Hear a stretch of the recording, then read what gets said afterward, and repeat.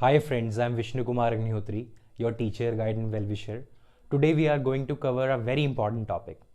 आज हम एक बहुत इंपॉर्टेंट टॉपिक कवर करने जा रहे हैं. इफ़ आई वॉन्ट टू से समवन इन इंग्लिश, अगर मैं किसी को इंग्लिश में कहना चाहता हूँ, आपको इंग्लिश में कहना चाहता हूँ दैट जनवरी के एंड तक आप यह कोर्स कंप्लीट कर चुके होंगे, वह सेफली घर पहुँच चुकी होगी. जब मैं वहाँ पहुँचूंगा वह ऑफिस जा चुका होगा.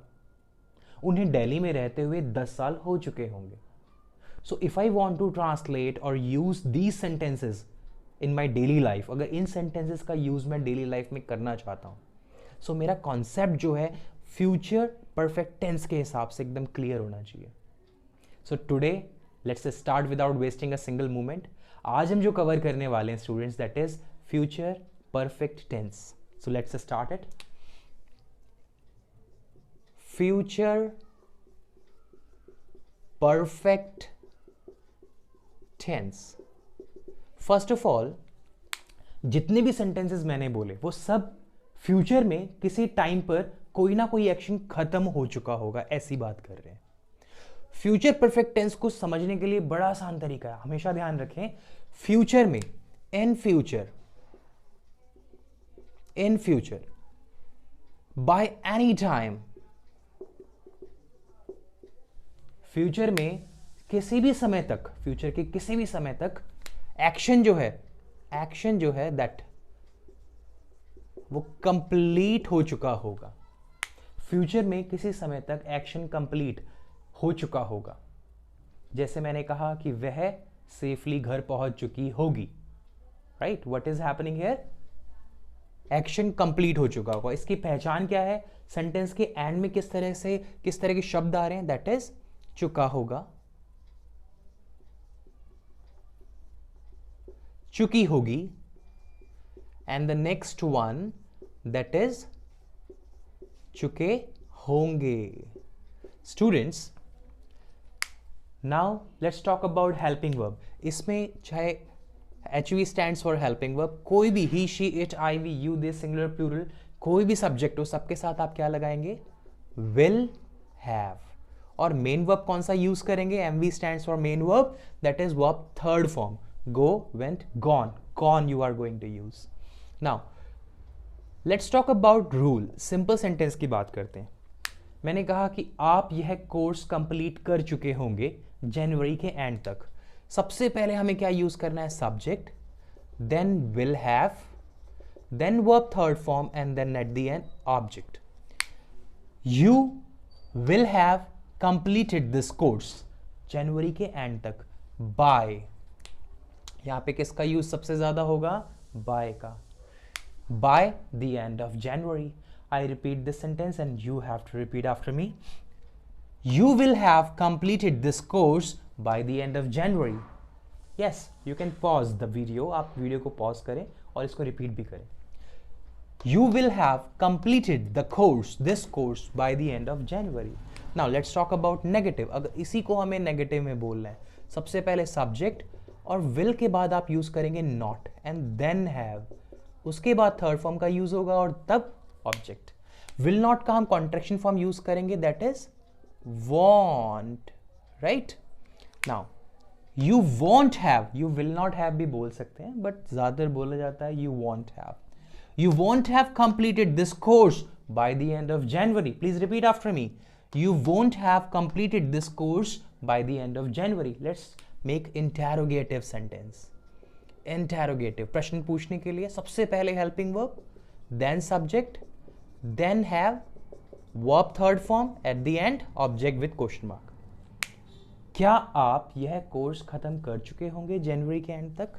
Will you have completed this course by the end of January? Once again you have to repeat after me. Will you have completed this course by the end of January? Okay, let's make interrogative plus negative. सबसे पहले will, subject, then not, have, verb third form, and then object and question mark. Will you not have completed this course by the end of January? Students, ये will you not have बड़ा लेंदी लग रहा है. जैसा मैंने कहा कि contraction form use करते हैं. So won't you won't you have completed this course by the end of January? Let's take one more example. क्या वह सुरक्षित घर पहुंच चुकी होगी? Will सब्जेक्ट हो गया she, have पहुंचना reach, reach की third form reached. Will she have reached her home safely? कब तक? सूर्य अस्त तक. अभी डे टाइम है, मैं कहता हूं सूर्य अस्त तक. सूर्य अस्त तक मतलब by the sunset. Will she have reached her home safely by the sunset? Please repeat. Will she have reached her home safely by the sunset? हाँ, वह सुरक्षित घर पहुंच चुकी होगी. Yes, she will have reached her home safely by the sunset. Repeat after me. Yes, she will have reached her home safely by the sunset. Now, let's take one more example. जुलाई के end तक farmers फसल काट चुके होंगे. जुलाई के end तक, bye the end of July, हम इसको लास्ट पे यूज कर लेंगे. किसान फसल काट चुके होंगे. फसल काटना क्या होता है? Reap. Reap the harvest, right. Reap की थर्ड फॉर्म रीप्ड, ईडी लग जाएगा. Farmers will have reaped the harvest by the end of July. Repeat again. Farmers will have reaped the harvest by the end of July. Same way.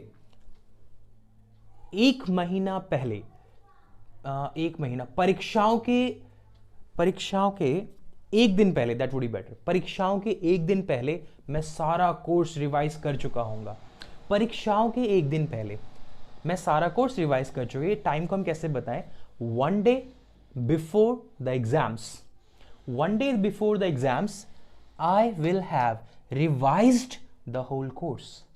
आप ये one day before the exams को बाद में भी लगा सकते हो. Please repeat after me. I will have revised the whole course one day before the exams. I will have revised the whole course one day before the exam. Okay. Now, normal sentences तो हमने कर लिए. Simple, negative, interrogative and interrogative plus negative. Let's talk about combined sentence. Students, combined sentence जैसे कि जब मैं वहां पहुंचूंगा वह ऑफिस जा चुका होगा. व्हाट आई सेड, हमने यूज करा यहां पे व्हेन. जब मैं वहां पहुंचूंगा वह ऑफिस जा चुका होगा. हमेशा ध्यान रखना है कंबाइंड सेंटेंस हम यूज कैसे करेंगे. इसके साथ हमें यूज करना है present. Present, present indefinite tense. आपको इसका यूज करना है किसके साथ? फ्यूचर परफेक्ट के साथ. अब सर आपने कहा कि जब मैं वहां पहुंचूंगा, ये तो फ्यूचर इंडेफिनिट है. मैंने आपको लास्ट सेशन में बताया था कि फ्यूचर इंडेफिनिट किसी भी दूसरे फ्यूचर टेंस के साथ कोई सेंटेंस फॉर्म करता है तो उसे प्रेजेंट इंडेफिनिट टेंस में बदल देते हैं. फ्यूचर इंडेफिनिट किस में बदल जाएगा? Present indefinite. जैसे मैंने कहा कि जब मैं वहां पहुंचूंगा, when I will reach there. No, when I reach there. First form we are going to use.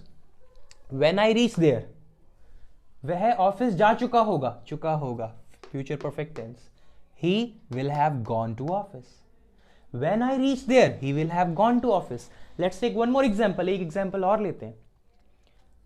हमारे स्टेशन पहुंचने से पहले ट्रेन जा चुकी होगी. हमारे स्टेशन पहुंचने से पहले, यहां पे हम किसका यूज करेंगे? बिफोर का. Okay, before, present indefinite. Before we reach the station, we will नहीं आएगा. Before we reach the station, train जा चुकी होगी. The train will have gone. Before we reach the station, the train will have gone. Let's make one more sentence. Okay, कल doctors के यहां आने से पहले वे सारे रूम साफ कर चुके होंगे. कल डॉक्टर्स के यहां आने से पहले. अगेन बिफोर आएगा. टुमारो होता है कल. Tomorrow before doctors come here, present indefinite. Doctors plural. Doctors के आने से पहले. बिफोर डॉक्टर्स कम हियर, यहां आने से पहले. Tomorrow before doctors come here, they will have cleaned all the rooms. वे सारे कमरे साफ कर चुके होंगे. फ्यूचर परफेक्ट, चुका होगा, चुकी होगी. they will have cleaned all the rooms. तो कंबाइंड सेंटेंस में क्या करना है? Remember, you are going to use present indefinite tense. Now let's talk about the third category. First category में नॉर्मल सेंटेंसेस हमने कवर किए, सेकंड कैटेगरी में combined. अब थर्ड कैटेगरी में हम क्या करेंगे, पीरियड ऑफ टाइम, यानी कि समय के अंतराल को जो शो करे. जैसे उन्हें दिल्ली में रहते हुए तब तक 10 साल हो चुके होंगे, तो मैंने कहा 10 साल हो चुके होंगे.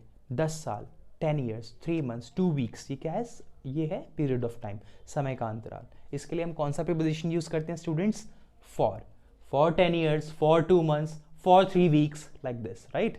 सो वह दिल्ली में 10 साल रह चुके होंगे तब तक, वे रह चुके होंगे. They will have lived in Delhi, they will have lived in Delhi for 10 years by then. वे दिल्ली में 10 साल रह चुके होंगे तब तक. आप इसको और किस तरह से हिंदी में बोल सकते हो, उन्हें रहते हुए दिल्ली में 10 साल हो चुके होंगे, या वे 10 साल दिल्ली में रह चुके होंगे तब तक. बात एक ही है. Let's make one more sentence. उन्हें शादी किए हुए 15 साल हो चुके होंगे अगली वेडिंग एनिवर्सरी तक. उन्हें 15 साल हो चुके होंगे शादी किए हुए. They will have been married, married मतलब शादीशुदा. They will have been married अगली वेडिंग एनिवर्सरी तक, by their next wedding anniversary. They will have been married by their next wedding anniversary. So students, we have covered 3 categories here. The first one normal sentences, the second one that we have covered combined, जिसके अंदर आप use करेंगे present indefinite tense. The third one that is related to, जिसमें समय अंतराल दे रखा हो 2 साल, 10 महीने, 10 दिन, 20 दिन, like this. Hope the whole concept, I believe the whole concept is clear to you. But remember, आपको करना क्या है, you have to go through the given assignment. मैं एक असाइनमेंट इसके साथ अटैच करूंगा वीडियो के साथ. आपको वो असाइनमेंट जरूर करना है, तभी हमें पता लगेगा जो आपने 8-10 मिनट यहाँ यूटिलाइज करे वो कितने फ्रूटफुल थे. ओके आपको उसे फिनिश करना है. यू हैव टू असेस कि कितने करेक्ट है कितने नहीं. Okay and do remember that you have to like and share this video. Okay share this video to your near and dear one, जिनको जरूरत है उन तक शेयर कीजिए. Till then see in the next session. Till then take good care of yourself. Thank you so much. Bye bye.